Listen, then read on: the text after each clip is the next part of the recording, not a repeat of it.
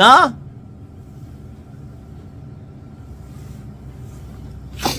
सच्ची है का भाऊ भाऊ ऐसे मजाक नहीं करने का हमको डर लगता है।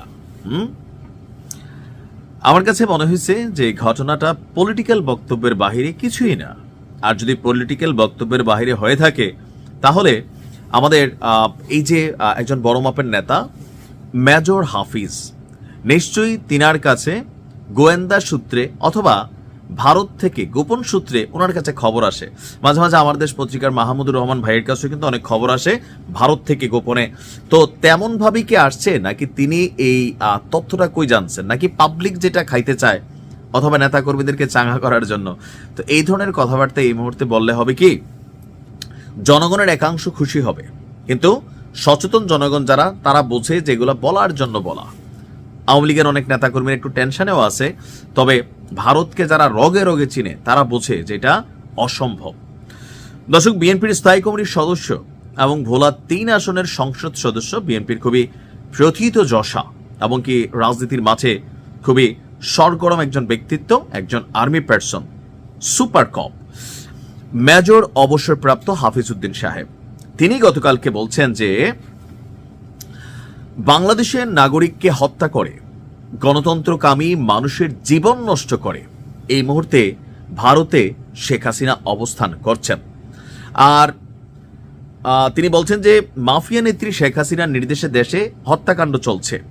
বাংলাদেশ এবং বাইরের পৃথিবীতে নিষ্ঠুরতম স্বৈরশাসক হিসাবে পরিচিতি লাভ করেছেন তিনি। আশা করি শেখ হাসিনাকে ভারত অবিলম্বে ফেরত পাঠাবে, এটা আশা।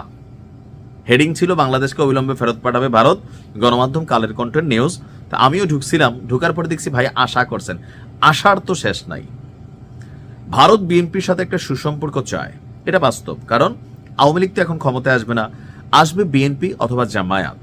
তো এই দুইটা দলের মধ্যে ভারতের অফকোর্স যে পয়েন্ট অফ ভিউতে পছন্দ হচ্ছে বিএনপি। এখন জনাব তারেক রহমান বাংলাদেশে আসার পরে এই ধরনের কোনো বক্তব্য দেন নাই, বাট বিএনপির বিভিন্ন নেতাকর্মীরা এই ধরনের বক্তব্য দিচ্ছেন। এটা হচ্ছে পার্ট অফ পলিটিক্স, এমনকি দলীয় নেতাকর্মীদের চাঙ্গা করা, গণমাধ্যমের ফোকাস করা। এছাড়া আমার কাছে মনে হয় না যে তিনি আশা করছেন। সো আশা করা এক জিনিস, বাস্তবতা আরেক জিনিস।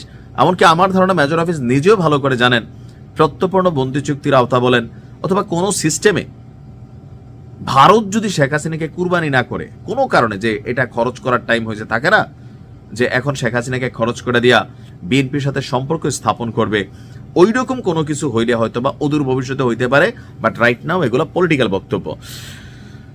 তিনি বলছেন যে আমরা আশা করব ভারত সরকার শেখ হাসিনা সহ যারা ভারতে পলাতক আছে তাদেরকে গ্রেপ্তার করে বাংলাদেশে ফেরত পাঠাবে। শহীদ উসমান হাদির কথা আপনারা সবাই জানেন, তাকে মর্মান্তিকভাবে সীমান্তের ওপার থেকে এসে ভারতের অর্থ সাহায্য সহযোগিতা প্ল্যানিং এর মাধ্যমে তাকে শেষ করা হয়েছে। আওয়ামী লীগের স্থানীয়রা তাকে আবার ভারতে পাচারও করে দিয়েছে। সুতরাং জনমনে অনেক সন্দেহ যে আগামী নির্বাচনের জন্য যে সময় বাকি আছে এইসবের মধ্যে আওয়ামী লীগ আরো কোনো ঘটনা ঘটাবে কিনা, বা মাফিয়া হিসেবে আওয়ামী লীগ অনেক ঘটনা ঘটানোর চেষ্টা করবে এবং তাদের প্রতিবেশী রাষ্ট্র থেকে তাদেরকে সহায়তা দেওয়া হবে। তাদের জন্য ভারতের বিভিন্ন জায়গায় অভয় আশ্রম গড়ে তুলছে। এখন একদিকে ভারতের সাথে তারেক জিয়ার পজিটিভ একটা অবস্থান তৈরির চেষ্টা, অপরদিকে বিএনপির খুবই বড় মাপের একজন নেতা, সাবেক সামরিক কর্মকর্তা, ওনার এই বক্তব্যে ভারত আবার কিভাবে দেখছে না জানি। রাগ হইয়া বলে ঠিক আছে জামাতই ভালো, আমরা জামাতেরকে আগামী দিনে ক্ষমতায় দেখতে চাই। মানে রাজনীতিতে না যে কোনো মুহূর্তে যে কোনো পরিবর্তন হতে পারে। তবে এই টোটাল বক্তব্যটা আমার কাছে মনে হচ্ছে পলিটিক্যাল পয়েন্ট অফ ভিউতে কর্মীদেরকে চাঙ্গা রাখা। আর মনোনয়ন তিনি পেয়েছেন, এরপরে আসার পরে একটু ক্যামেরার সামনে বসছেন, একটু কথাবার্তা বলতে হবে। বাংলাদেশের একটা সুস্থ মস্তিষ্কের মানুষ জানে যে ভারত এই মুহূর্তে কোনোভাবেই আওয়ামী লীগের একজন সাধারণ নেতা তো দূরের কথা, শেখ হাসিনাকে জীবনও ফেরত দিবে না। আর দুই একটা দিতে পারে বিএনপি সরকারে গেলে, যে বিএনপির কিছু ডিমান্ডেবল ক্যারেক্টার হয়তো থাকতে পারে, বা তাদের বিচার পরিচালনা হচ্ছে বা চালানো হচ্ছে, সেই জায়গা থেকে অনেকে হয়তো গুটি কয়েক যারা আওয়ামী লীগের নন মেজর ক্যারেক্টার তাদেরকে হয়তো দেশে আনা হবে, বিচার করা হবে। আর অকল্পনীয় যেটা হচ্ছে যে ভারত শেখ হাসিনাকে ফেরত দিয়ে দিবে। ভালো থাকুন, আসসালামু আলাইকুম।